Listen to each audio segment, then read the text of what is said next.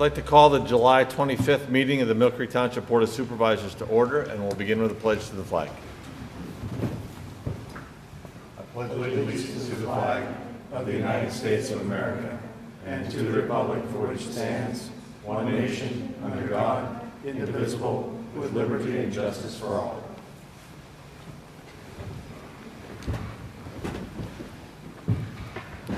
At this time, I'll call for public comment on agenda items other than those dealing with development or rezoning applications. And typically at this time, we would also hear comment on two of the proposed ordinances that we're going to be considering tonight, the noise ordinance and also the special events ordinance. Rather than have people come up now to comment on that, we'll do that at that point in the agenda. So we can keep moving through. I'll call for public comment when we're considering those two ordinances. Other than that, anyone else? Okay. We have the minutes from July 11th. If there are no additions or corrections, I'll entertain a motion. I so move to approve the minutes for July 11th. I'll second. Mr. Grove? I vote yes. Mr. Morgan? I vote yes. And I'll vote yes. Next, we have the bills for this week, or the last 2 weeks. If there are no additions or corrections to those bills, I'll entertain a motion. I think we should pay some bills there, make a motion. Okay. Is there a second? I will second. Mr. Grove? I vote yes. Mr. Morgan? I vote yes. And I vote yes. Next on the agenda, we have with us tonight our police chief, Scott Height, and he would like to announce the promotion of one of our officers. Mr. Chairman, can I make one? Yes. Just disclose, the promotion in question, the employee in question is a relative by marriage of mine, so I'll be abstaining from discussion in the vote this evening. Okay, thank you. Thank you, gentlemen. I respectfully request the approval of promotion of Tony Chimera to sergeant, retroactive to July 11th. Officer Chimera has been a 20-year member of the police department, and he's been in the traffic division for over 8 years. He's currently responsible for all our investigation review of all technical crash involving death and serious injuries in Millcreek Township, and he will continue in that role. Therefore, I'd like to ask that you consider his promotion and approve that tonight's meeting. Okay. I'll make that motion to approve that promotion for to sergeant for Anthony Chimero. Retroactive to July 11th, Okay. as stated there. Thank you, Chief. And I will second that. Mr. Grove? I vote yes. And I'll vote yes, and as Mr. Morgan stated, he's going to abstain. Tony?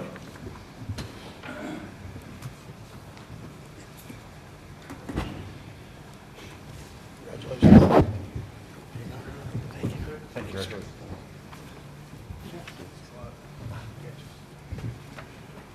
Thank you. Thank you.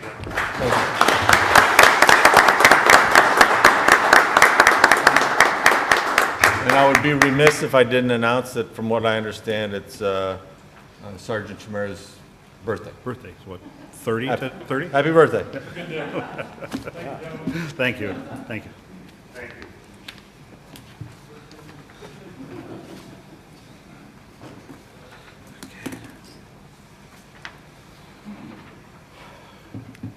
Now for the fun part. Okay. Next, we have the financial performance report for our second quarter, and we'll refer to our treasurer, Mark Zachewski. Mark?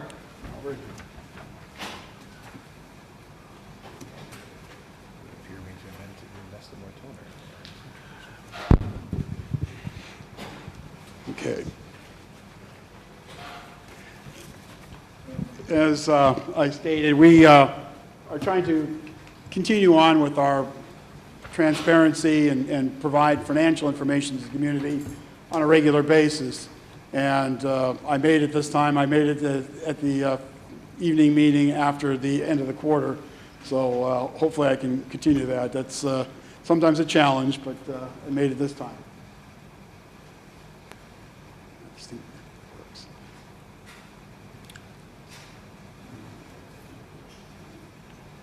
Yeah.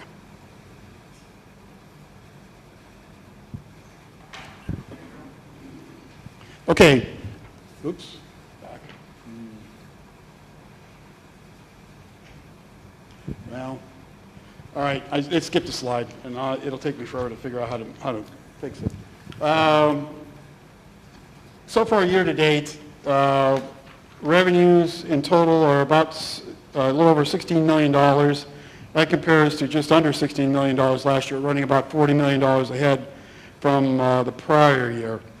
In terms of expenses, we are actually running about 1.6 million behind last year. One of the significant items of difference is we had the $750,000 grant to Asbury Woods at this point last year. That wasn't recurring, so therefore we're not, that's a big chunk of the difference.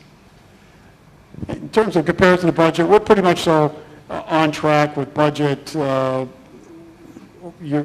this year versus last year. And once again, the property taxes, which if you did a side-by-side comparison, would show being over or ahead of budget, but that's because all those property taxes essentially come in either May or in first part of July, and the rest will just dribble in the rest of the year. So we'll, that'll catch up. So on the other side of the coin, income taxes and LST are always lagging behind because for the first quarter we essentially don't have any collections on either of those, and so now that'll extend into the end of next year or beginning of next year, so those always lag. The other portions are pretty much on track. There's expenses, year-to-date comparison. We just talked about that. And comparison of budget. All right, select expenses. General government.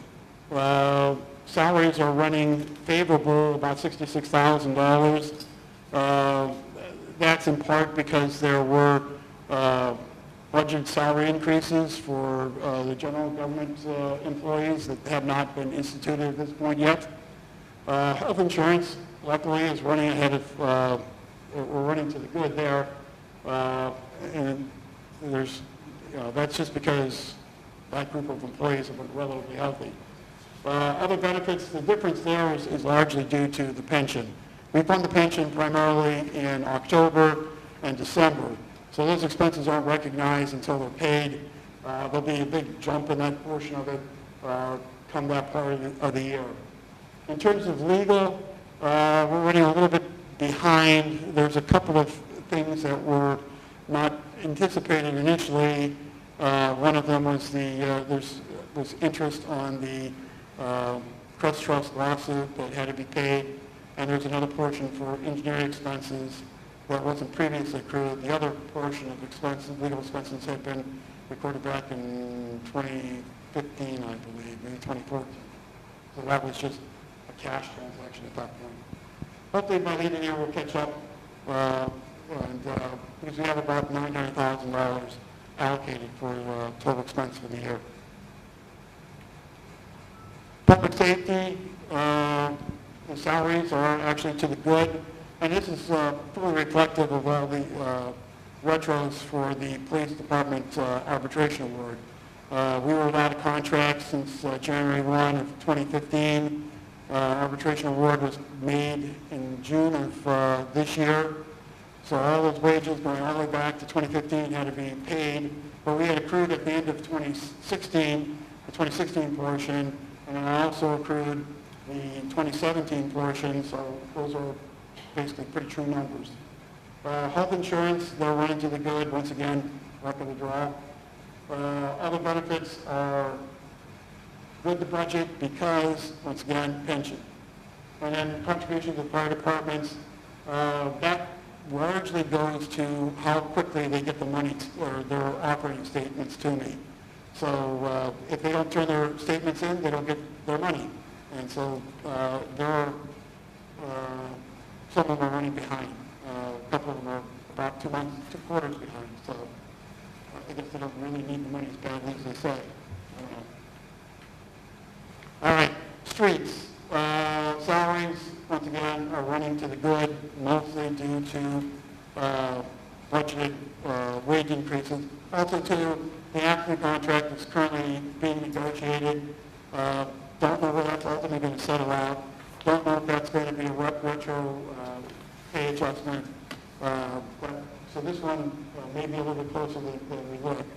Health insurance is running a little bit behind. This is obviously one where the group of employees had more problems this year versus last year. But in total, because we've got good positive numbers on the other ones, in total, the health insurance account is in good shape. Other benefits is due to pension and the snow removal. Last quarter, that was behind because the budget assumes a radical amount each year.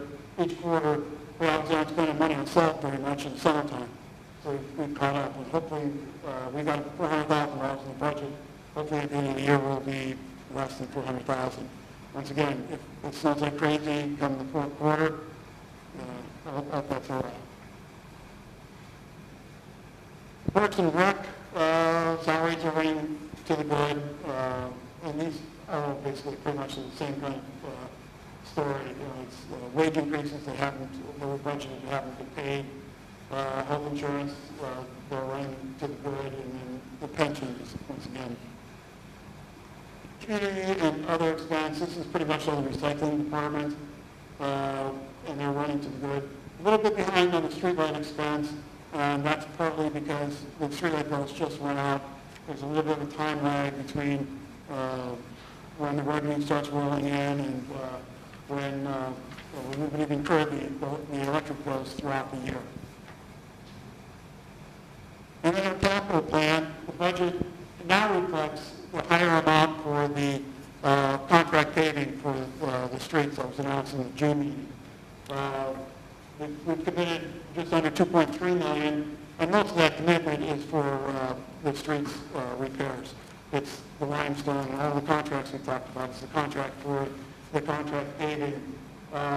They've got the new big trucks on order. There's some new police cars on order.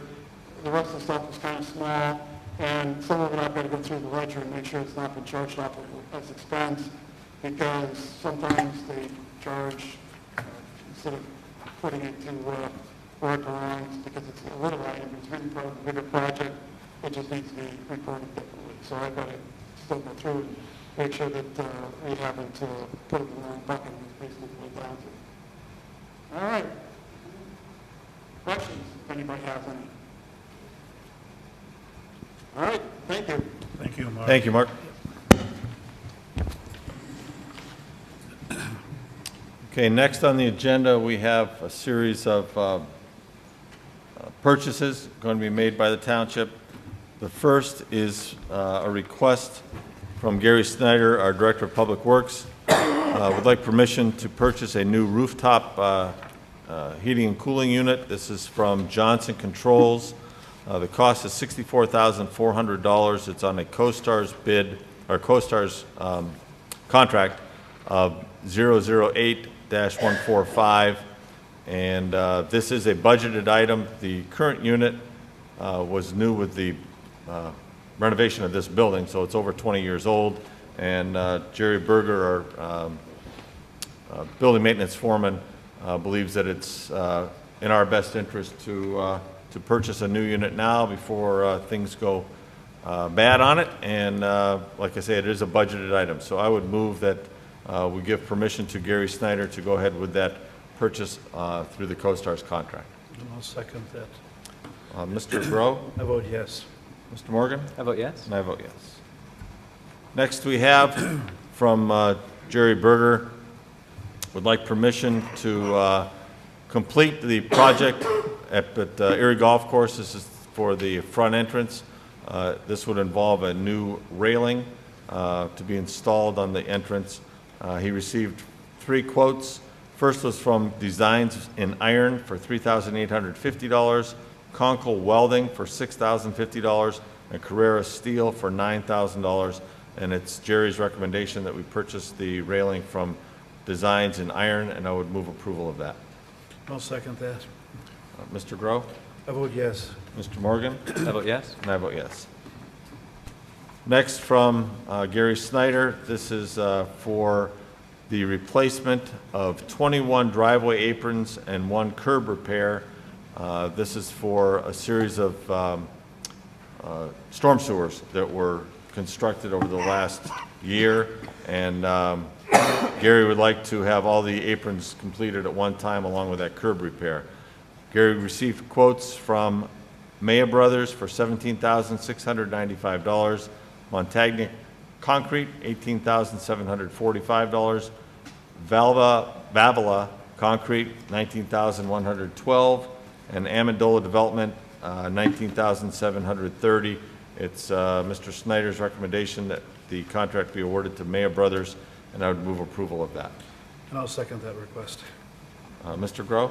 I vote yes. Mr. Morgan? I vote yes. I vote yes. Next, we have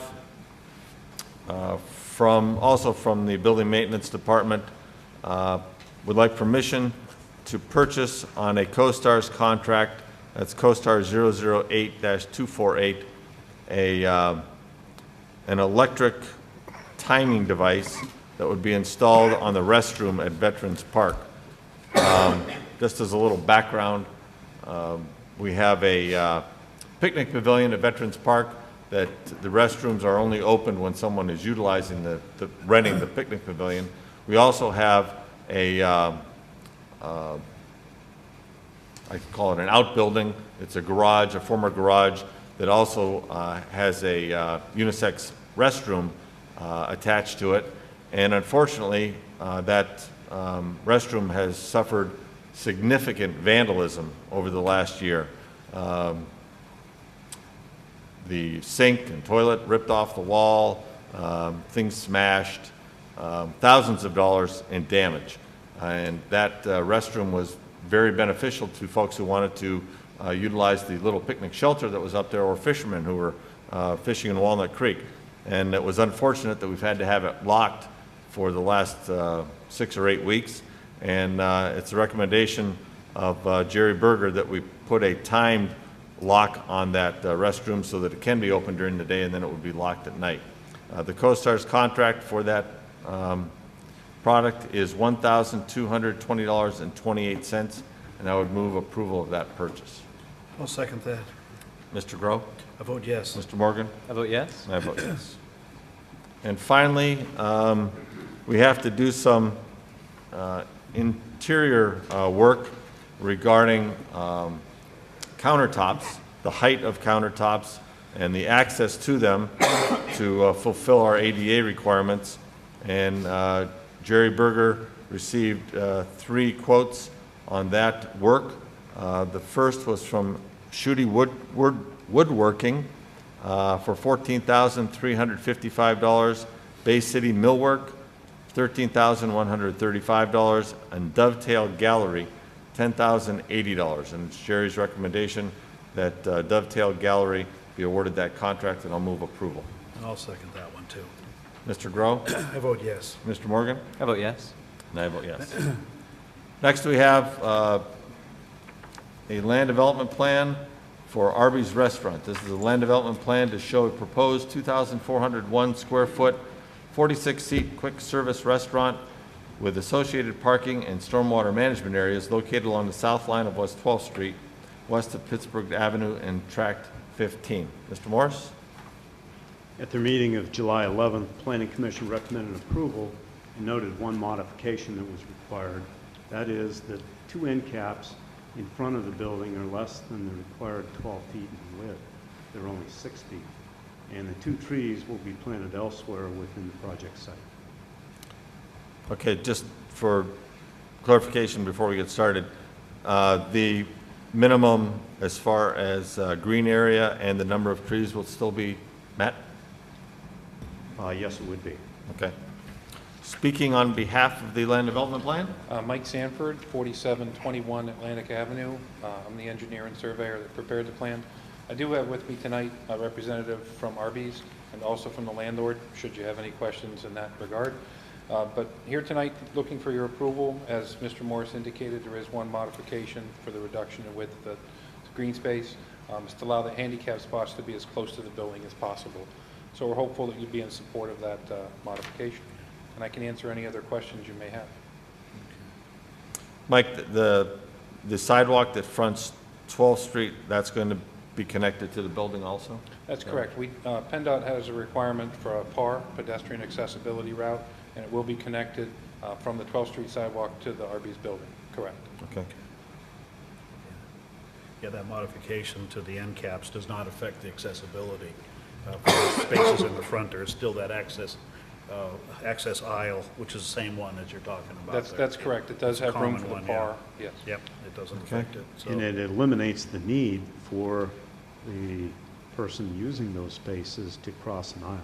that's right, yeah. Right, yeah, those are the only parking spaces that would not have to cross a drive aisle Right, on this site. okay. Any other questions? I'm all set. Anyone else who would like to either speak on behalf of or in opposition to this land development plan? Okay, hearing none, I'll entertain a motion. Yeah, I'll move to approve the land development plan for the Arby's Restaurant on West 12th Street, With the modification. with the modification as stated. Yes, thank you. All right. Is there a second? I'll second. Mr. Grow? I vote yes. Mr. Morgan? I vote yes. I vote yes. Thank you. Thank you, Mike. Next, we have Deck, Sitter, and Gisson, a small subdivision plan to show the creation of a 7,159 square foot parcel A to become an integral part of the neighboring property, Erie County Tax Parcel 33-175-565-028, and the creation of a 16,263 square foot parcel B to become an integral part of the neighboring property, Erie County Tax Parcel 33-175-565-028.01, located on the west side of Grubb Road in Tract 353. Rick? Planning Commission recommended approval and noted the two integral parts requirements.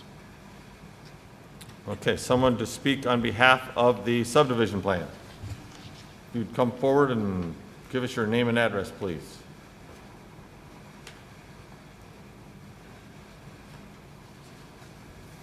Oh, no. That's this guy. Michael Deck, 5950 Grubb Road. Okay. A small subdivision, and you understand about the integral parts? Yes. Okay. Yes. Basically, what we're doing is, at one time, they were a piece of that original property was subdivided back to another piece, and we're just kind of putting it almost back to the way it originally was about 4 years ago. So it looks like Squaring them off. it's burned off. Squaring them up. Okay. Okay, All right. Any questions from the board? come from me. Anyone else who would like to speak either on behalf of or in opposition to the subdivision plan? Okay, hearing none, I'll entertain a motion. I'll make a motion to approve that subdivision plan with the conditions and requirements as stated. Is there a second? I'll second. Mr. Grow? I vote yes. Mr. Morgan? I vote yes. I vote yes. Thank you, Mike. Mike? Okay, next we have proposed ordinance 2017-15. This is an ordinance amending the Millcreek Township Code of Ordinances, Chapter 40, conduct by adding Article 7, noise control. And I'm going to refer to our solicitor for comment on that. Sure. The noise ordinance that is before the supervisors this evening has been discussed over the last several meetings and was made available both via public notice as well as, I think it's been on our website for some time. The ordinance as proposed, the purpose of the ordinance is to ensure that the township has the authority to control noise levels within the township, and it has chosen to do that through the use of specific decibel levels that will be used as the base against which the noises will be measured. There will be the ordinance itself will be determined. The violations will be characterized as noise disturbances. There are two instances under which a violation can occur. The first instance is when the sound at any time in any location exceeds by 15 decibels the sound limits in the respective zoning districts from which the noise emanates. The second way would be within residential districts. If the noise within that residential district, or which is emanating within that residential district, exceeds the limits for residential districts in the applicable table by a sound level of 5 decibels for a period of 10 continuous minutes, or a total of 10 minutes out of any 20-minute period. The decibel levels that were selected were based upon research that was done to determine what were appropriate sound levels within the various districts, as well as looking at what other communities have done with respect to noise levels in those similar types of districts. The police department will be the entity responsible for enforcing the noise ordinance.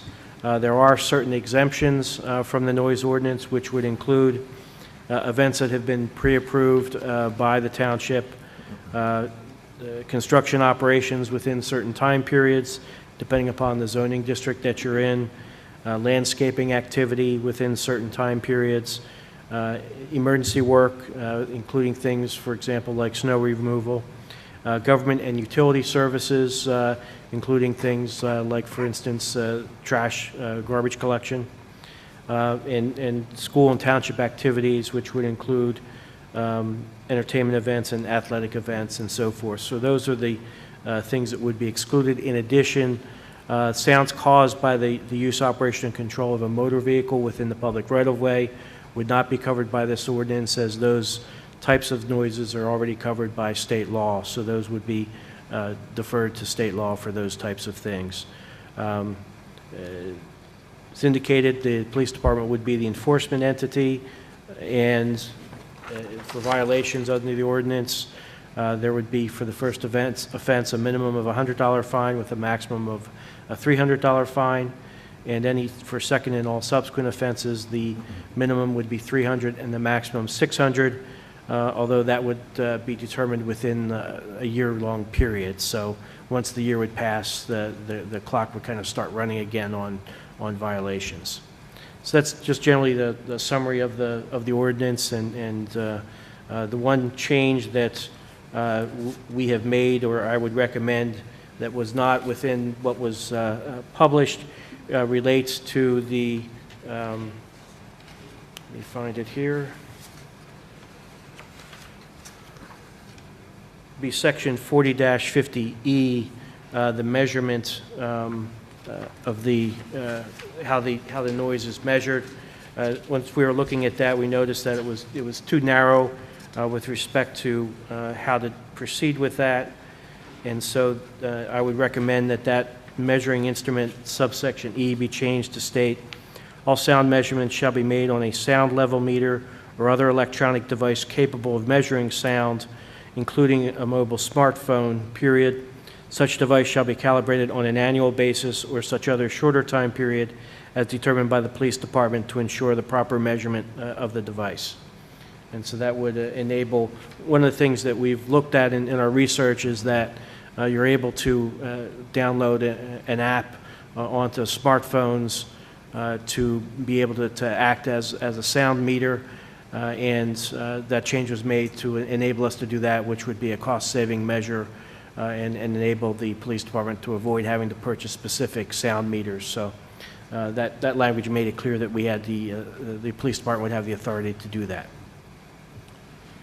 One other comment, Mark, just as a point of clarification. When you mentioned the motor vehicles, that one of the exemptions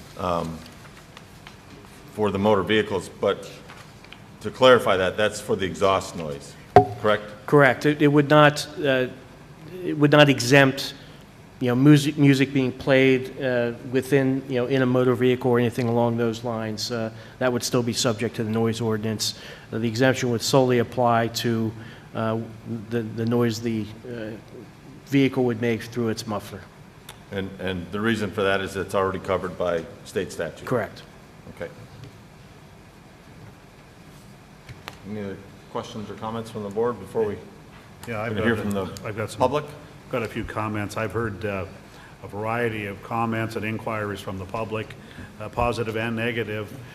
One of the things I'd like to really clarify, and I touched on it at our last meeting 2 weeks ago, let's not be of the belief that all of a sudden Millcreek will become this quiet, sleepy little hamlet.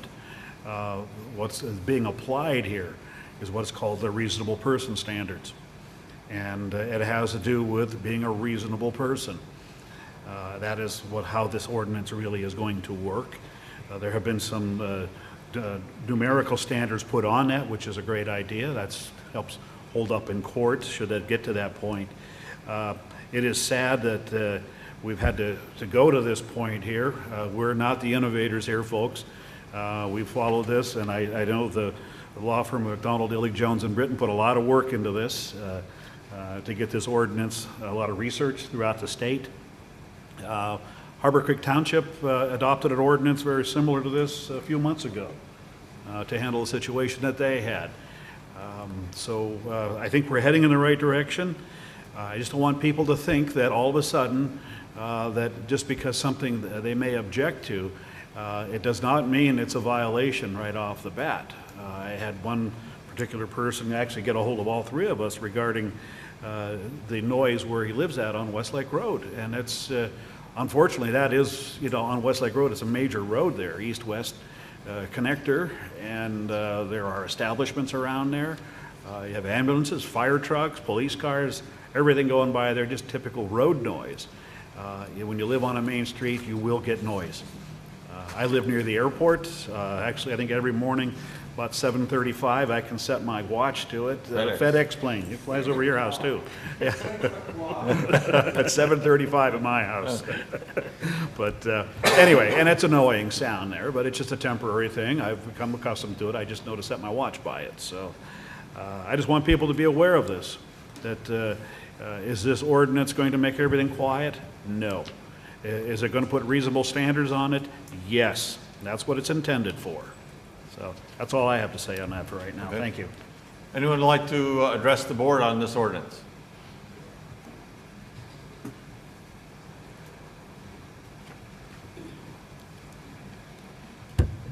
My name's Rick D'Amico. I live at 2404 Powell Avenue. What decibel levels are you talking about? No. Okay. Depending upon the zoning district that the noise source is emanating from. For residential, there's a day and a night number. The day number is 57 decibels, the evening number is 52. Okay. For commercial, it's 67, and for industrial, 77. it is 77.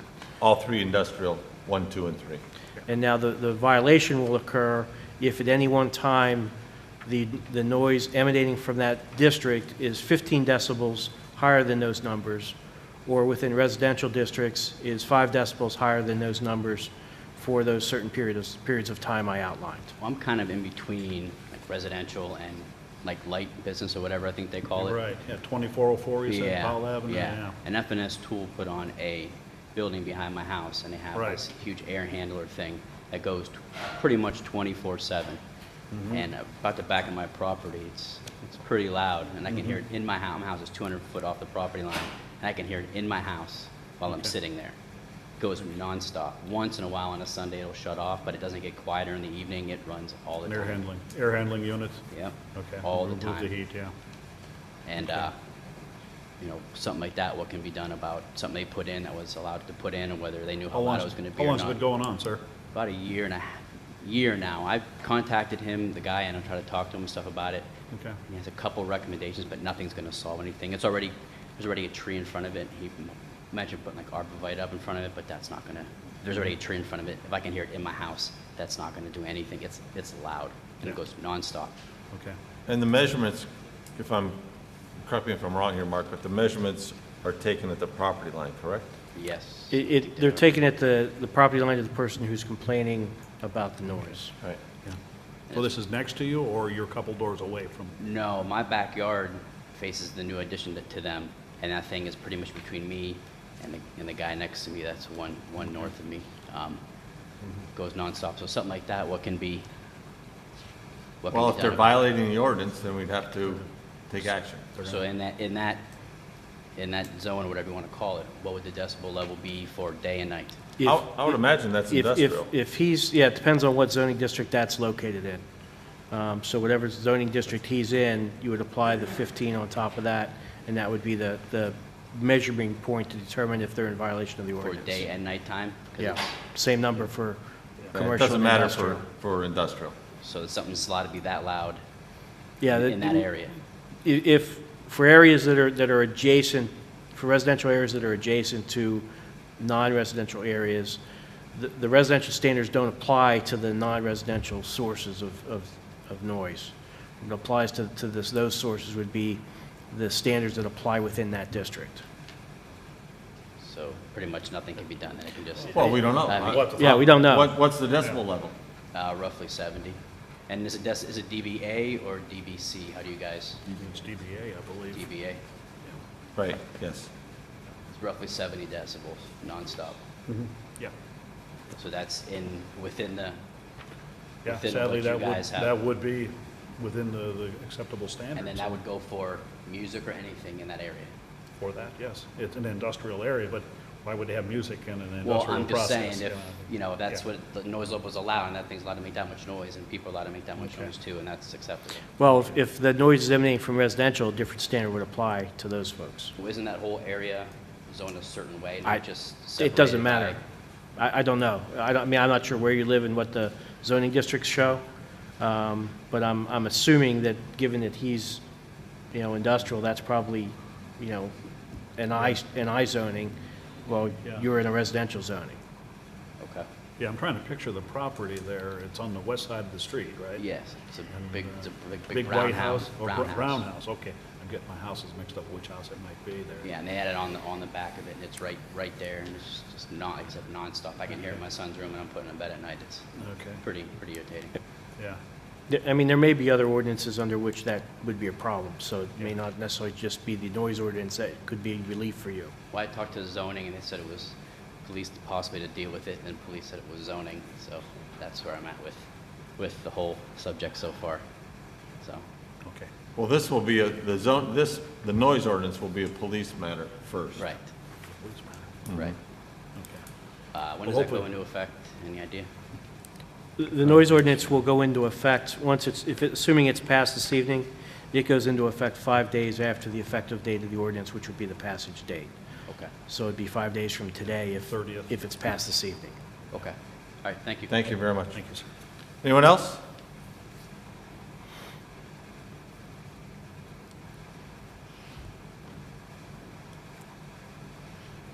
Yes, sir. My name is John DeRosa. I live on 2934 Homer Avenue, right next to St. Paul's Lutheran Church. The house should be condemned, okay? There's no way it could be fixed up. It should be ripped down. Excuse me, sir, but is this relative to the noise ordinance? I'm getting to that, Okay. okay? All right? Now, I live my driveway is 3 feet away from the daycare, okay? Now, this September will be 38 years me being in my house. All right, now, I don't get treated very well up there, okay? Because of the fact that they don't care, all right? Now, I'm not knocking anybody, but that's just the way it is, all right? Now, I had $7,000 damage on my house and my new Jeep, all right? Because of the kids throwing rocks, trying to break my cellar window, damaging my car, damaging my house, okay? Now, I handed them bills, they threw them away. So I got along pretty good with the people that did the yard work around there, and the last one, the bill that came, I couldn't take it anymore. Plus, I asked them if it would please, after I built my new double-car garage, still 2 foot in, but their tree was like 2 or 3, 4 feet away from my garage, which was on their property. So I made a deal with them through a lawyer that stated that they would take the tree out and build me a 6-foot privacy fence because I have no privacy anymore, okay? 32 years I had privacy. The last 6 I've been listening to screaming kids. And every day, every minute of the day, and the teachers scream worse than the kids do to quiet them up. Now, that was in 2011 that they made a promise to me. I have a letter from a lawyer stating that I would give them permission to bring the truck into my driveway so they could cut the tree down. Then after the tree was down, they had leeway to build the fence. Well, they built a fence 6 foot across the back of the house. The house is falling apart, okay? It's all full of weeds, that's 6 foot. section. Nobody's taking it out. They're just building and building it now as high as the fence. They build a fence in the center of the daycare, and they also build a fence around the front of the school leading to the backyard in the daycare. Where's my fence? For 27 years, I was a West Ridge fireman. For 20 years, I was the only fireman in the neighborhood. I picked up a lot of people in that church by myself. And I don't appreciate getting treated like this. And I already had one lawyer quit them. It might have been Gary Bax, because he's the one that wrote me this. And he's the one that told me, you going over there Okay, telling them off. again, I'm sorry to interrupt, but there'll be a period at the end of the meeting for citizens to be heard, and it sounds more like that's relative. Oh, you know better than I do. Well, this really doesn't have much to do with the noise ordinance. Oh, yeah, big time. They scream constantly all day long, every day, Okay, well these then, kids. maybe we can cover that quickly then regarding the noise, because I can't take it. My mother can't even come out and visit me. She turns around and goes home. She can't take the noise after 1 minute. I'll refer to the solicitor. Mark, this does cover people shouting also, correct? Now, 6 years of this is enough. You know, I would knock the noise down if they would put the fence up. Now, 3 years ago, they did the tree. I'm still waiting another 3 years, which is 6 years now, for the fence. I had 2 officers up there. I have a police report, but I couldn't get a hold of it. You know, a man gets tired of that. I live there by myself. I can't even have any visitors. Can't take it. And all the balls come over and they break my tomato plants and stuff like that. If this 6-foot fence was there, the balls wouldn't be coming over. We're looking here quickly to see. But I remember We took that out because it was redundant with, talking about that. there's a provision in the, And you also would have the opportunity for, there's a provision in another portion. it's not disturbing the peace, what's it called? Disorderly conduct. Disorderly conduct, Yeah. a nuisance, That's a nuisance to me. right? To fill out a police report and have that investigated by the police I department. have one. Okay? Yeah, Like- I think we had a provision originally in the noise ordinance, but we pulled it because it was duplicating other provisions that we already had in the code for people shouting and that type of noise. But certainly, noise from that, from there would fall within, the prohibitions, assuming it exceeds the If they standard. exceed the decibel level, then they'd be violating the noise Oh, ordinance. that's big time. Okay? All right. Thank you very much. Thank you. Anyone else?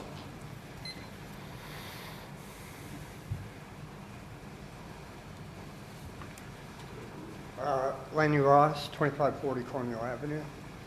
I live in a mobile home park, there's only 8 or 10 feet between us. I got a next door neighbor, he has a hobby, he brings out a table saw. Do you think that might create a loud enough noise that would be covered under this? It's only a few feet from my bedroom, living room.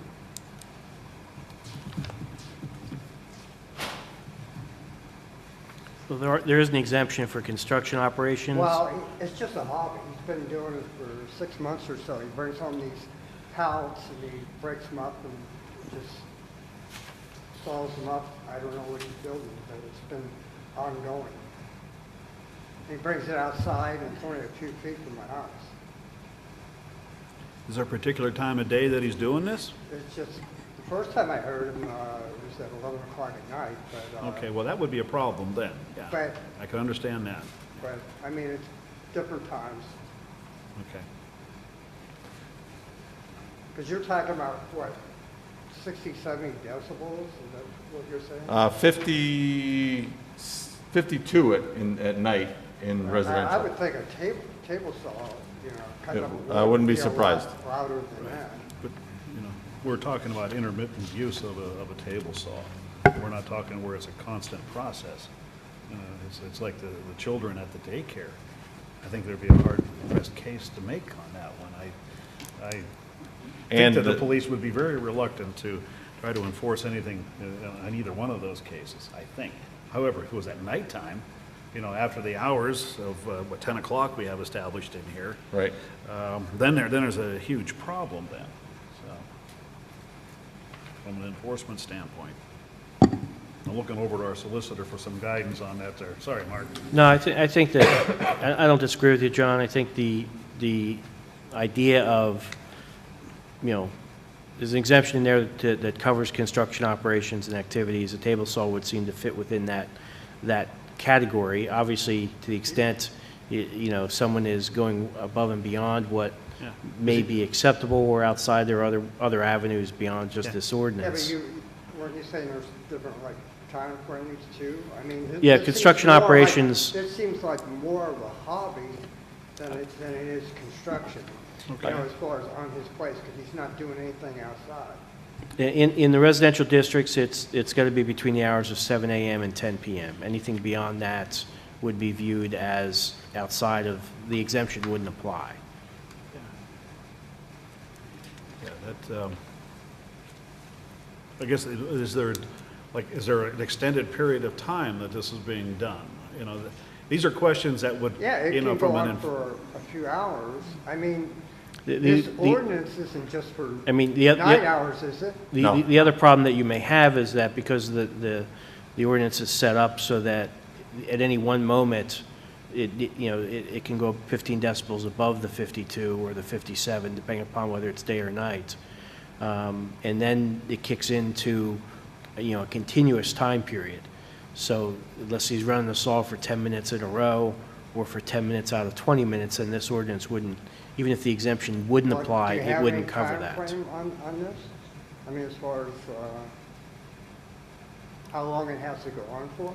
Well, the ordinance only discusses it in times of any instantaneous time or a time period of 10 continuous minutes or 10 minutes out of any 20-minute period. See, the trouble with someone operating a table saw or a radial arm saw or whatever, It's a it's going to 5-second be event. a few seconds, and then it may be off for a few minutes, and then it may be on for a few seconds, and then off for several minutes. So, in that instance, the ordinance wouldn't apply. Correct? Yeah, it wouldn't be a violation of the ordinance because it doesn't meet the time periods that the ordinance is designed to cover. Now, the issue would arise with after 10 o'clock at night. Yeah.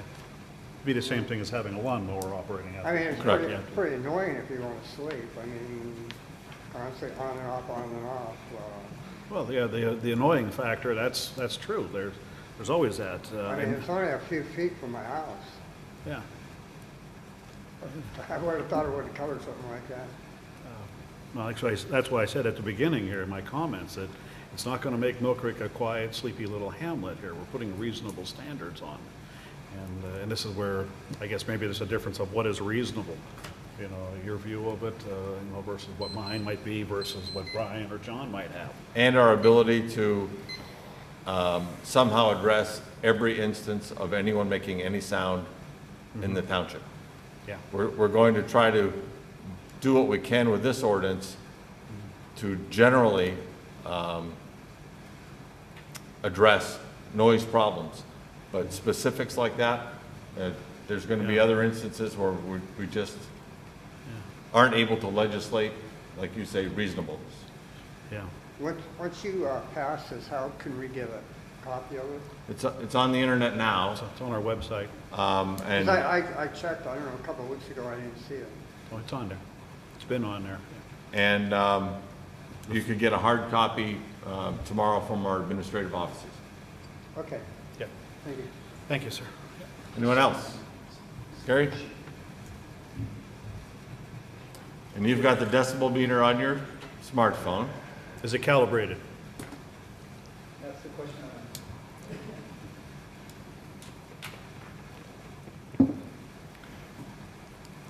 Hey, Gary, before you tell us that we're exceeding, before you tell us that we are right now exceeding the decibel levels, consider that as loud as we are right now, the folks at the next property over can't hear us.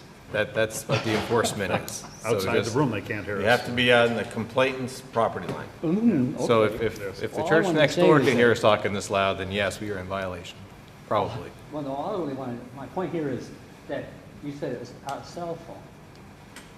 To save money, can be used, a smartphone with the app on it, Yeah. And even on the apps, and I'm using the Z-scale, your average discussion, where I was saying, is 64.6.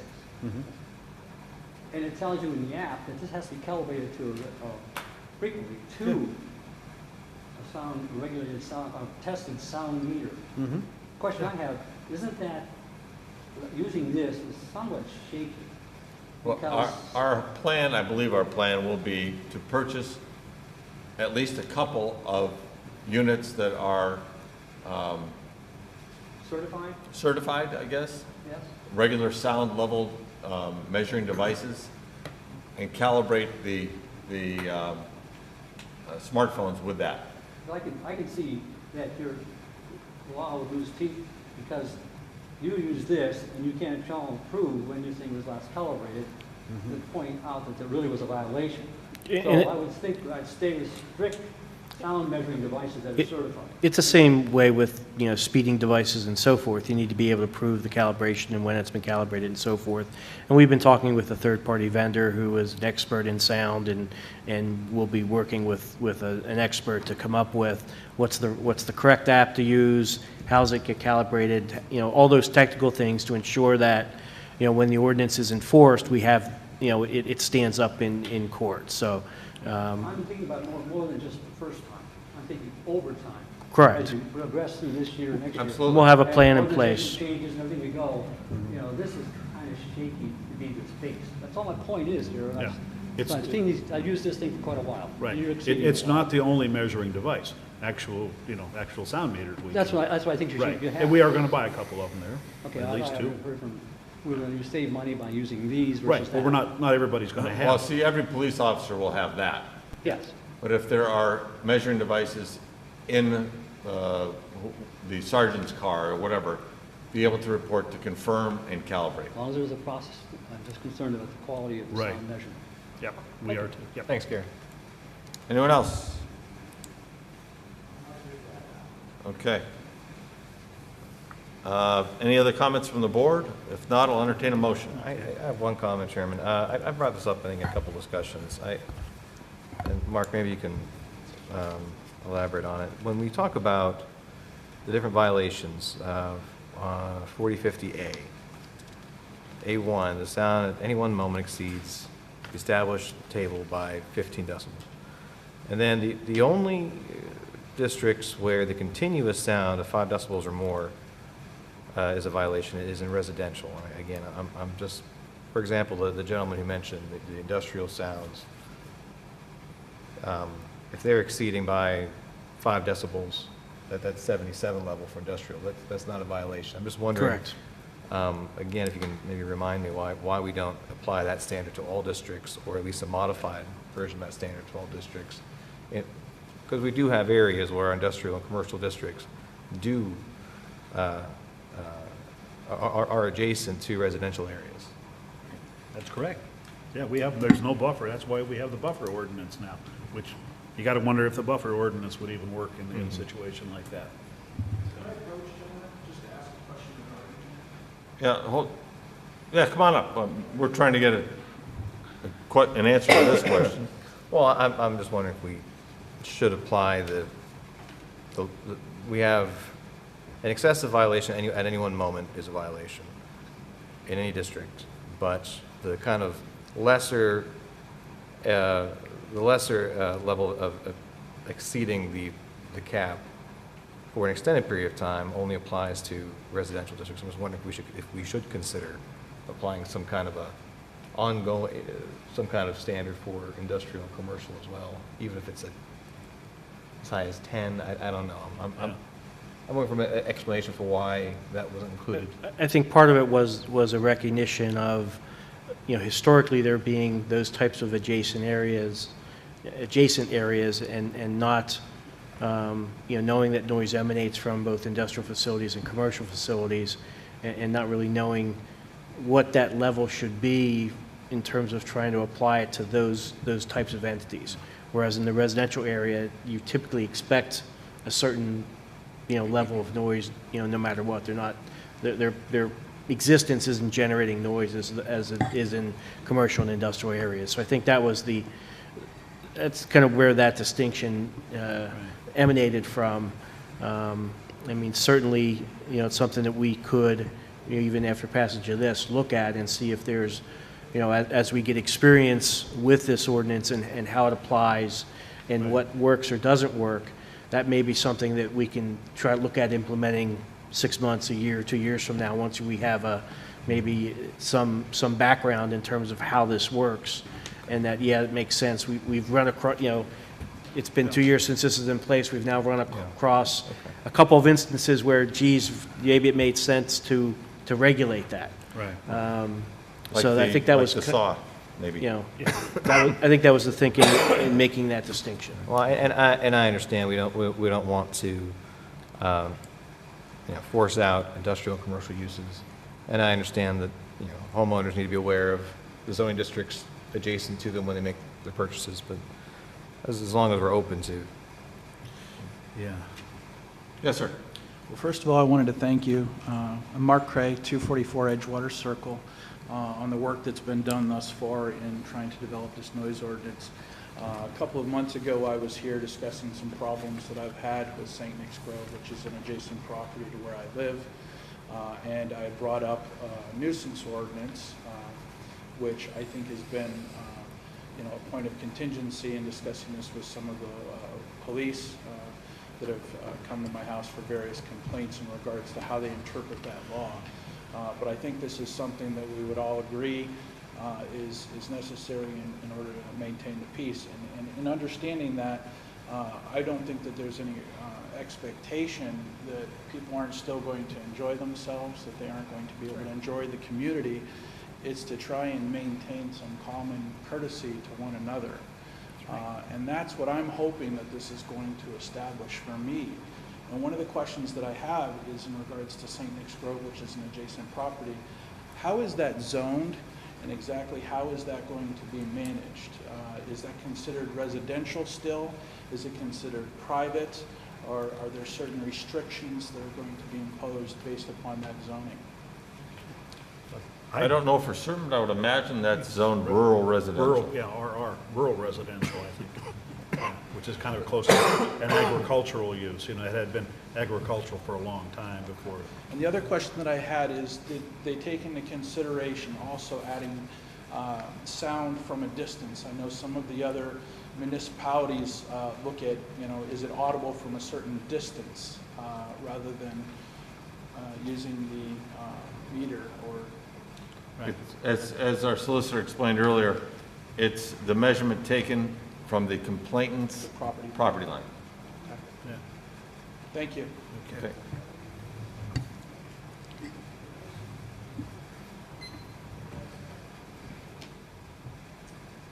Good evening. Richard Kerner, 273 South Portage Street, Westfield, New York. President of St. Nicholas Church, owner of St. Nick's Grove.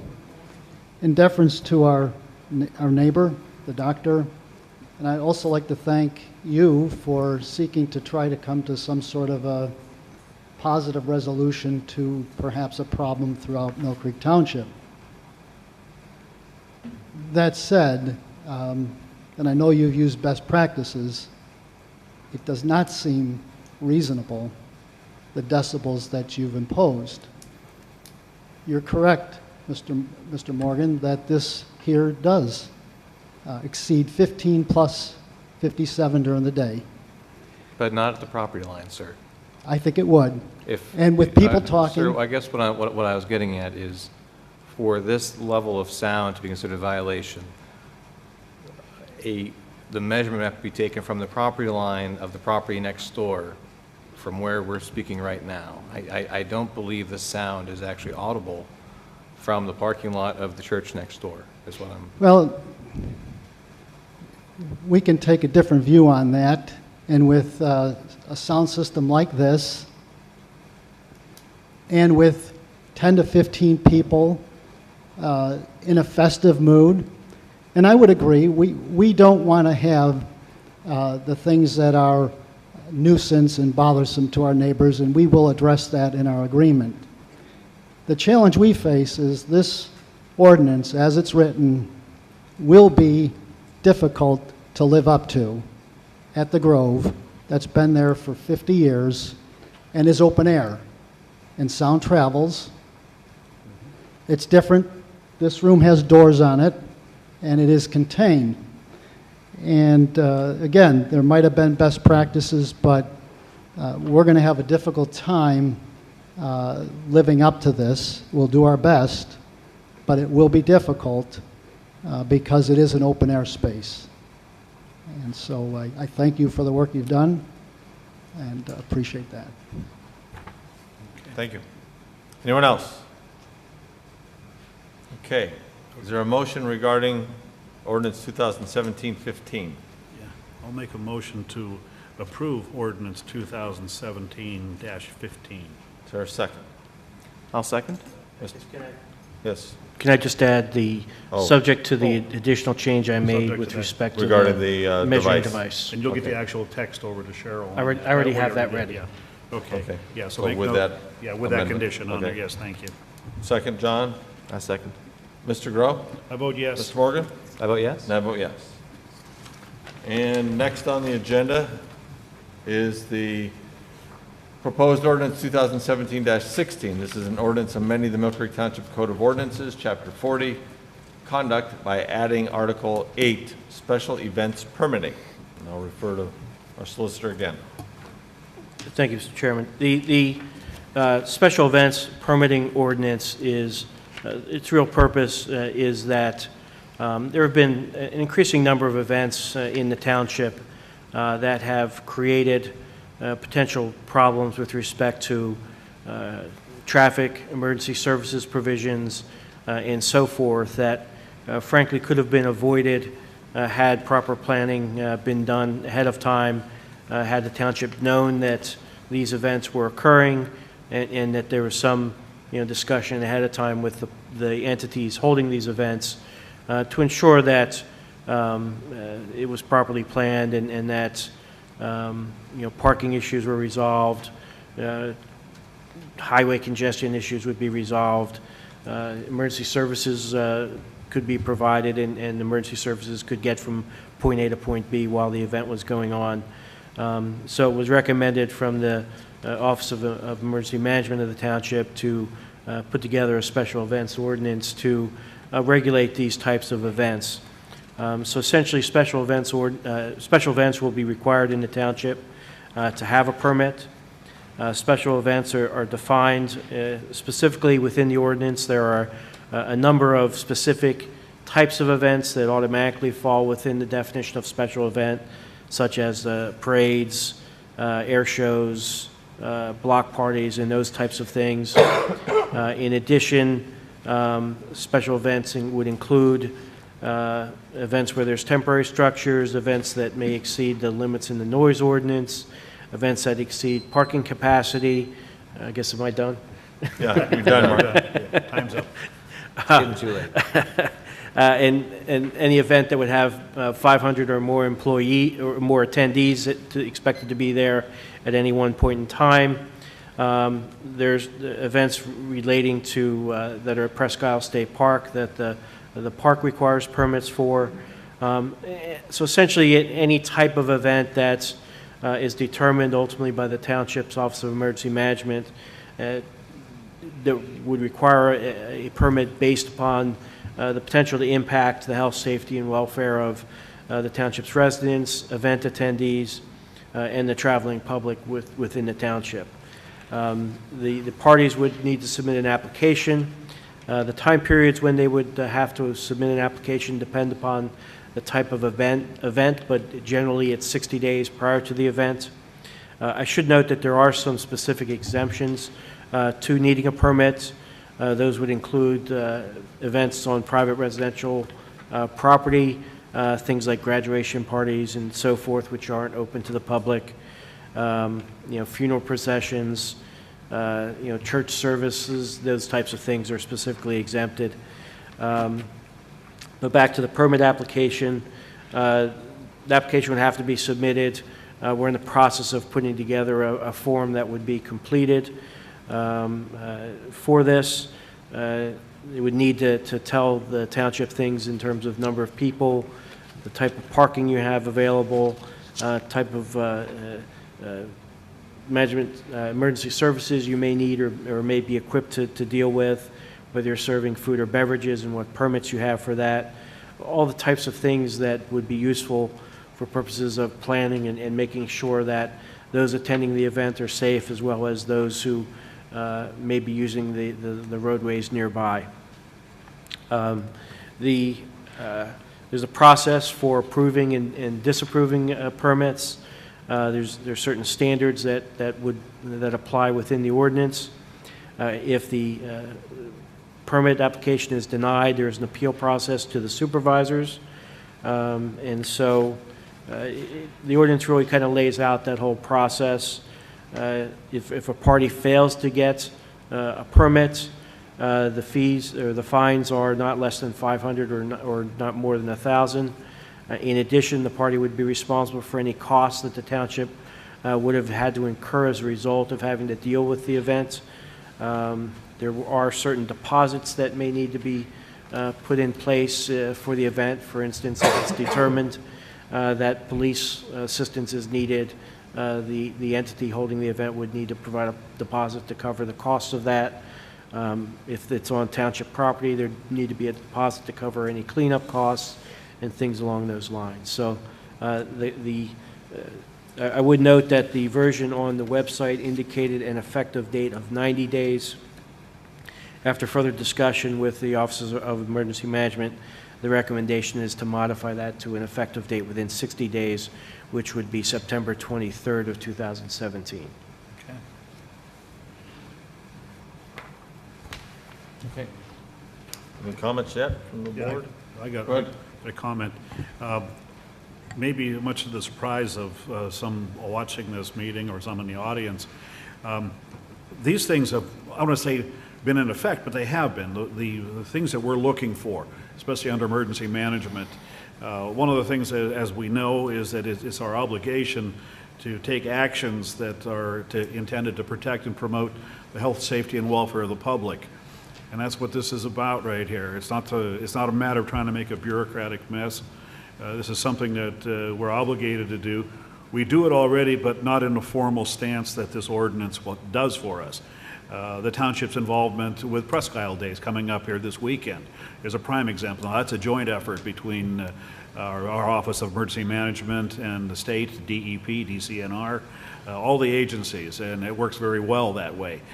You've noticed they moved it down to Beach 11 now because there's some logistical problems where it's been at Waterworks Beach. But anyway, there's other events that have always had just some recognition here. We know this is going on. This is now just making a formal action that there is an ordinance that's going to require permits so that we now know everybody is doing something. We've had, unfortunately and luckily, no incidents that were causing life or endangerment of life, where we didn't know something was going on, and all of a sudden, wow, we got a traffic problem here.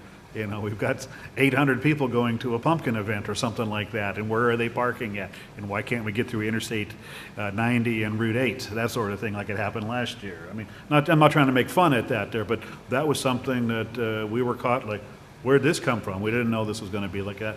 And so did the promoters of the event, too. They were not aware that it was something this big of a magnitude was going to happen. So that is the intent behind this here, folks. It's not a matter of trying to make anything more bureaucratic than it needs to be, because believe me, less bureaucracy works a whole lot better in my opinion. So, but anyway, I support this. I just want to. Okay. Anyone like to speak regarding this ordinance?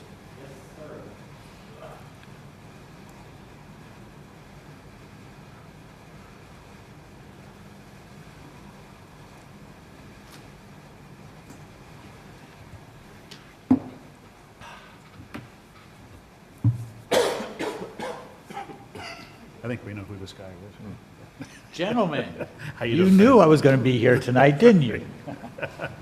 Fred Huddle, 1719 Brookside Drive. It's not so much negative on this, it's just I have some questions. And I know I talked to you last meeting about it. Let me tell you, I spent a good part of my morning trying to figure out where are the schedule of fees for this thing. I had no idea where it is. And who are We we haven't to? established them, have we yet? Now, the schedule of fees, the ordinance provides the schedule of fees will be determined by the supervisors, and typically that's done by resolution. And that's one of the things that, part of the reason why there's a 60-day lag in effective date is to give us time to both generate the application as well as the schedule of fees. And doing it that way enables us to not have to amend the ordinance every time the fees may change. It makes You'll life a note that little in a easier. few moments, we're going to be considering a resolution in regard to fees for our sign ordinance, Yeah. which we have already passed. Yes. And we do that again by resolution so that when those fees should change, we don't have to go back and go through the ordinance process. We can do it simply through resolution. And I appreciate that, but And let generally- me tell you, it's difficult trying to navigate the site, trying to figure out where some of these fees are. You know, I'm jumping. Well, you won't find them on that there. You'll No, find and them that's, under a and that, resolution I'm, really? To be enacted later. Really? I found that out. Took me a good part of the morning to do that. Also, yeah, but if there is some sort of something that we can have some idea, Well, I think, especially the special events, where would we go to apply for the special events permit? Although this is not going to affect us this year because our festival will be already have been completed by Labor Day, so I'm not going to be worried about it. But I'd like to be able to go through the motion of it just so that we are prepared for it for next year. well, the purpose of the ordinance is to give the township the authority to create the procedures and fees. So the office in charge of the office I'll be in charge of enforcing the ordinance is the Office of Emergency Management, correct? Yes. So that's the first floor of the building over here. That'll be our emergency management coordinators, Matthew Exley, who will be, it's his office that'll be responsible for developing the permit application and setting and recommending the permit fees for that. Although we've always been careful on that part of it. One of the other items that I have here that I have questions of, where it says if the event consists of over 5,000 participants, is that in one given time or is that over a period? Because ours is like a 2-day event, okay? And we don't get 5,000 in one crack. That's a state law requirement, and I believe that's at any one time. That's at So one if you time. expect So in other 5,000 words- people at any one time, it triggers a state law, requirement that triggers that. Okay, so in other words, we're kind of like, No, it's in, although we are a very popular one, I don't 40, 58, foresee us 16. getting 5,000 people at one time. You never know. Yeah. Word gets out. The weather's got to be perfect for it, Yeah, so. you're always against the weather. on that one, Also, on, in regards to the food and beverages with the alcoholic beverages, a lot of times you do not get copies of the permits until about a month prior to. and the permits can be approved conditionally, so that could be a condition on the permit, is providing, the township with a copy of the permit, prior to the event being held. So there's no set time other than at least prior to. Yeah, In other words, if right, we you know how recognize sometimes it's- the state works. Yeah. I used to run the Erie Irish Festival for 12 years. I know where you're coming from. So, okay, and then a lot of times with the Department of Health, they usually don't come onto the grounds for inspection until the day of. Right, when you're trying to get ready. I understand that fully. Same thing.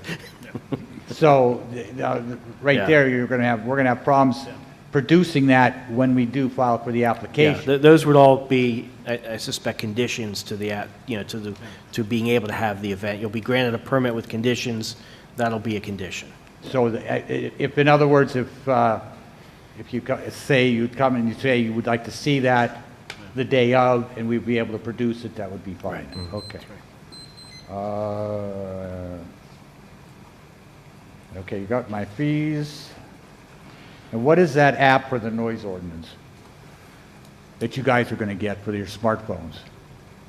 We can look We- through there. Yeah, We're we going- haven't there's determined several what it is available. yet. Several available? Yes, we're going to consult with the expert that we've been in contact with as to which that person would recommend. Yeah. Okay, There I may be could- a cost associated with it. We're not sure which one.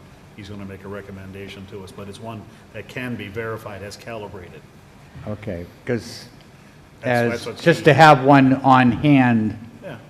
That's an part of excellent the idea. groups, just so we Yes. can maybe police our own events a lot of the times, that we want to make sure of that Nothing too. wrong with that there, If you would like to contact us prior to your event, we can probably supply you with the name of the app that we would be utilizing. I'd be more than happy to. Okay. yeah. Thanks, Rick. And again, invite you all to. The other thing to recognize too is that, getting the permit under the special events ordinance, there is an opportunity at least to talk about, adjusting what noise levels may apply to that event, because it's a kind of a one-time event and so forth. So we set it up so that, the events that have special event permits, can have kind of special noise numbers that apply to that event. Yeah. For the ones that behave themselves, in other words. Well, People, the ones that have used Well, common sense. Well, we understand that there are festivals, even, for example, the Greek Festival, which is in a residential area. We understand there's festivals throughout Millcreek Township that are Right. residential areas. We also understand we have some commercial districts that may have outdoor concerts from time to time. So we don't want our noise ordinance to essentially be the fun police for the whole township. We wanted to have a means for these things to continue And I in a understand. reasonable fashion. You just want to make sure, the ones that use common sense, I know will always work in the right direction. So I know it's the other ones, so, but I just want to make sure I clear the air so that, Well, I think John put it right there. We're not trying to be the fun police here, believe me, I'm the one, I think, of all of us, likes to have the fun the most here, and by the I way, understand. it is 6 o'clock. Delta does take off at 6 o'clock at the Okay, airport. well, I'm talking about the FedEx plane.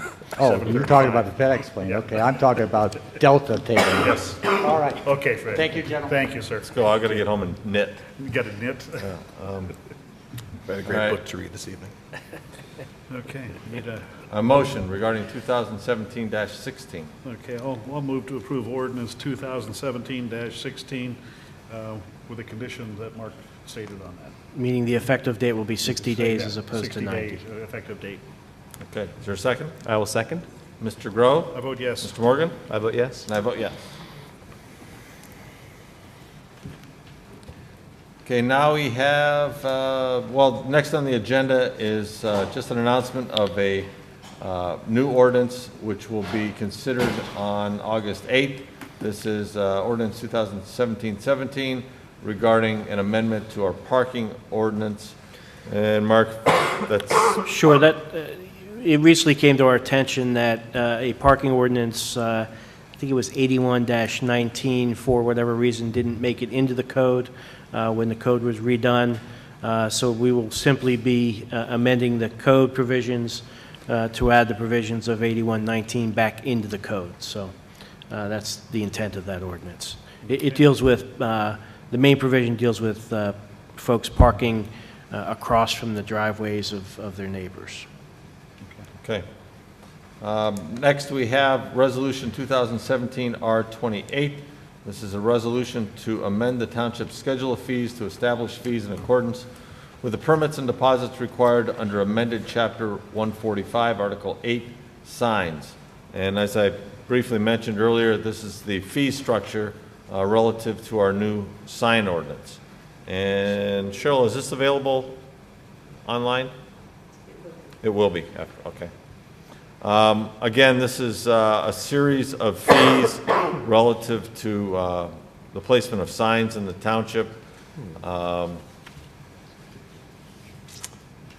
formalization of the fee structure for the permitting for those signs. Yeah, since we changed categories of signs, we needed to modify the fee structure to accommodate those new categories. Okay. Okay.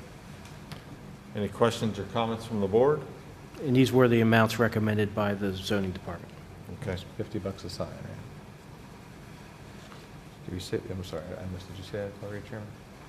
Pardon? Did we announce what the actual fee changes were? I did not go through the list. I can do that. What was, did we only update the sign fees, or is it? Temporary sign. Yeah, the temporary sign fee was updated, so that's going to be $50 for a temporary sign that needs a permit, plus another $10 for each additional sign or location subsequent to that. A portable sign is a $50 permit fee, and then deposits changed. A temporary sign that requires a permit will require a deposit of $100 for one location, and if there are multiple signs or multiple locations for a temporary sign that needs a permit, the deposit would be $200. And just for clarification, the temporary signs that require this permit and fee are signs that exceed, what, 5 square feet, correct. So it's the larger signs that require the larger temporary signs are the ones that require a permit. Okay. Any questions or comments? I'll entertain a motion. I make a motion to adopt resolution 2017 R28. I'll second that. Mr. Grow? I vote yes. Mr. Morgan? I vote yes. I vote yes. Next, consideration of short-term disability income plan for Millcreek Township police officers. I'm going to refer to our treasurer on that. Okay, as a result of the arbitration award, there was a change. Officers hired after the date of the arbitration award, which was June the 7th, no longer get the same sick pay benefit that officers hired prior to that date. And instead, they would get a short-term disability program and only 10 days of sick pay, which do not carry over, expire at the end of the year. Because at this point in time, we only have one officer in the program, there's no insurance company that wants to touch that. So what we've done is established a self-funding program where the township will pay for any short-term disability that may arise under the terms and conditions of the contract. And benefit administrators would act as the plan administrator. They would basically cut the check and advise for payment. And so in order to get this effect, we had to put together a plan document, and what we need is the authority then to sign the agreement. So I'm recommending that we do so, saying we need to do this in order to fulfill the arbitration award. Okay. This has been advised by our legal counsel under the contract, by Mr. Warner, Sean Warner? Yes. Okay, okay. Well, All right, is there a motion? Yeah, I'll move to approve that, disability STD. plan, yes, yeah, Okay. short-term disability plan. Is there a second? I'll second. Mr. Grow? I vote yes. Mr. Morgan? I vote yes. And I vote yes. Next, we have, well, I'll refer to Mr. Gentlemen, Grow on this. real quick, and Yep. I know we kind of talk these terms all the time, but as far as an arbitration award, should we explain what that is for the public? Sure. The police under Act 111 have the ability to file for arbitration for labor negotiations, and we just went through the process. Well, we went through the process about a year ago.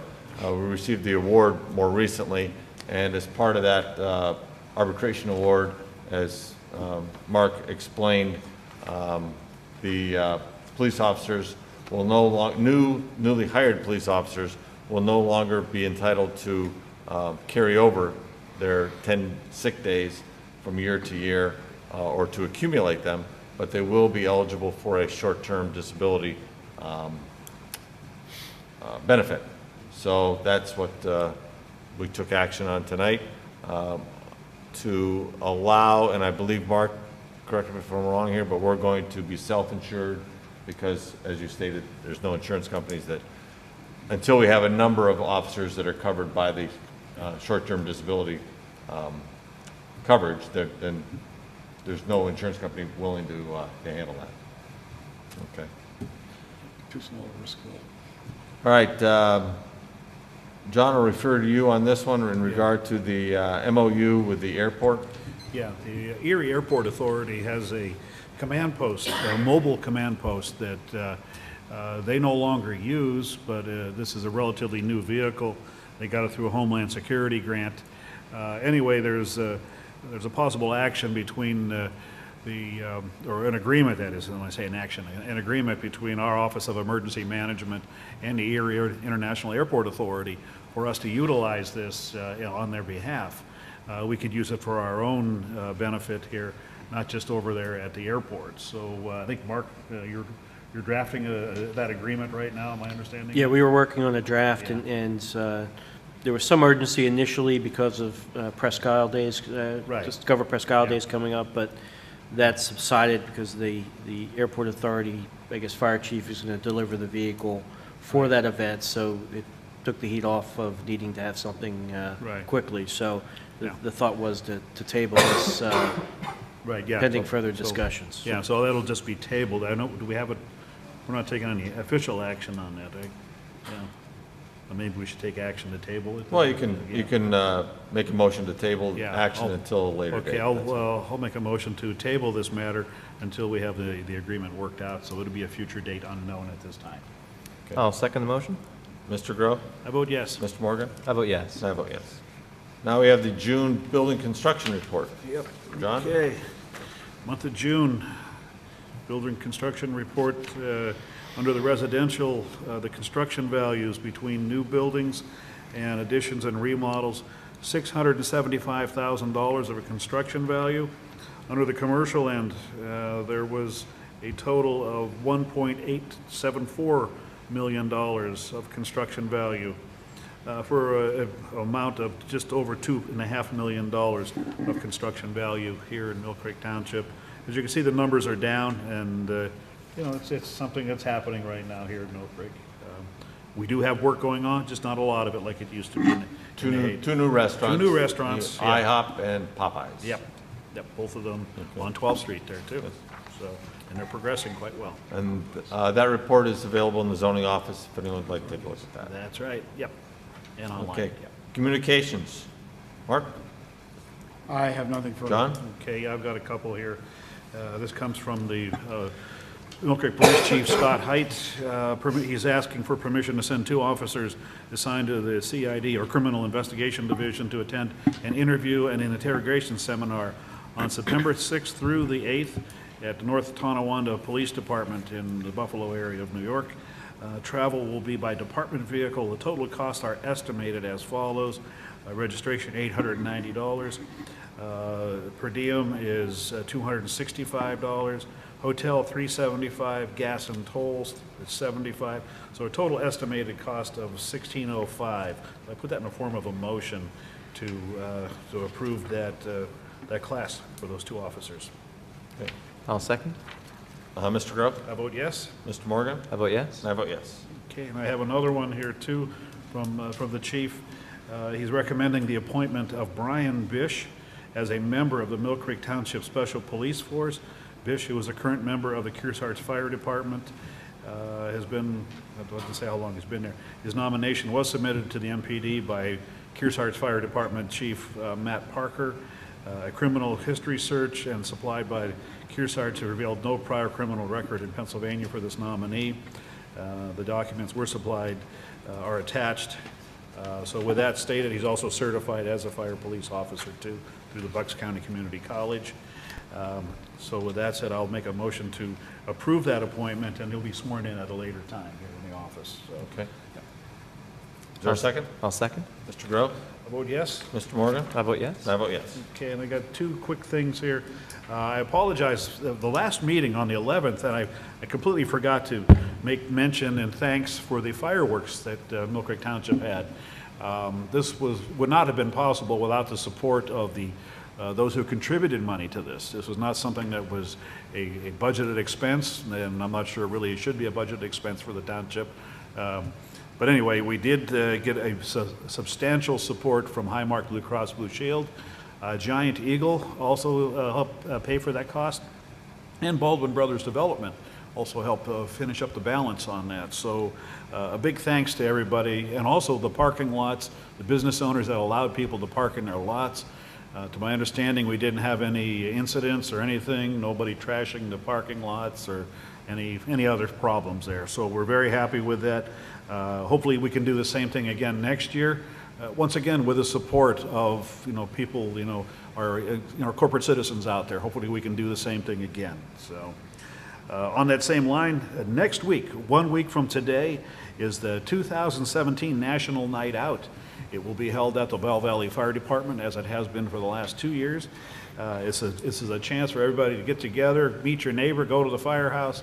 There'll be food. All of the food has been donated by different vendors. We're very happy for that. You get to see the new fire truck that Bell Valley's putting into service here in the next week, engine 364. There'll also be police department representatives there, emergency management, I think for the Erie County Sheriff's Department will be there. I think there's a dunk tank, but I don't think any of us were volunteered to get in that there. So, but I'm sure they'll be calling us sometime. But anyway, it starts. You're the one that likes to have fun, John. Yeah, I know. I'm already lined up for a dunk tank. I'm not telling you where it's at. So, but anyway, it starts at 6 o'clock, and I think it goes till 10. Bell Valley Fire Department, Norcross Road and Wattsburg Road. Be there or be square. What was the date again? August 1st, Okay. 1 week from today. Right. Get up there and meet your neighbors and meet the firefighters, because all the fire departments will be represented there. So that's all I have there. Thank you. One quick thing, we had one executive session on July 19th. John? Thanks, Mr. Chairman. I just want to report out real quick. Over the last 2 weeks, we held 4 neighborhood meetings for the Embrace Millcreek initiative, which is it's really a twofold initiative. First is the creation of our new municipal comprehensive plan, and the second is really a community engagement effort that we kicked off to better reach out to our residents, but be more transparent and more accessible. We had great results. We had, again, 4 separate sessions throughout the township, one out in Bell Valley, one at J.S. Wilson, one at Grandview Elementary School, and one out at Westlake Middle School.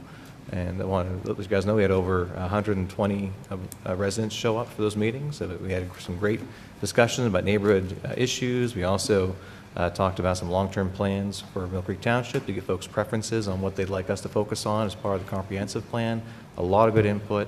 Our goal is to have summaries of those meetings up and available on the website within the next 3 or 4 weeks for folks to look at, so everyone can see what those discussions entailed. If you'd like to learn more about the plan, you can visit millcreektownship.com, and across the top of the website you'll see a link for Embrace Millcreek, which will take you to the plan page to learn about what we've done so far and what's coming up. And again, I just want to thank all the residents that came out to join us, and we had really a lot of help from the Erie County Department of Planning, donating their time and their staff to help us get these meetings off the ground, and also representatives of our team from the Public Services Department, the Parks and Recreation Department, and the Engineering Department were really a great help to come out and work with our residents, and I think it was a great success. Thank you. Attorney Shaw. Sure. The only thing I have is just wanted to give people a heads up to be on the lookout for this over the next several weeks and months. As part of the resolution of issues with Voices for Independence under the Americans with Disabilities Act, the township, if you recall, a few meetings ago, the township approved a settlement with them with respect to various facilities within the township, which was part of the township's obligation under the ADA to operate each service, program, and activity within that it offers in such a manner that when it's viewed in its entirety, that activity, program, or service is readily accessible to and usable by individuals with disabilities. As part of that process, we're putting together a transition plan, which is another requirement of the ADA, and we'll be publishing that and making it available for public review and comment so that the citizens and interested parties of Millcreek Township can look at it, offer any thoughts and comments they may have with respect to what we've decided to do to ensure compliance with the ADA. So just wanted to give people that heads up and to be looking for that here in the near future. Thank you, Mark. Cheryl? Anything? Rick? Nothing. Citizens to be heard? Hearing none, I'll entertain a motion at 8:35. So moved. We're adjourned. You're watching the Millcreek Government Channel, powered by WQLN Public Media.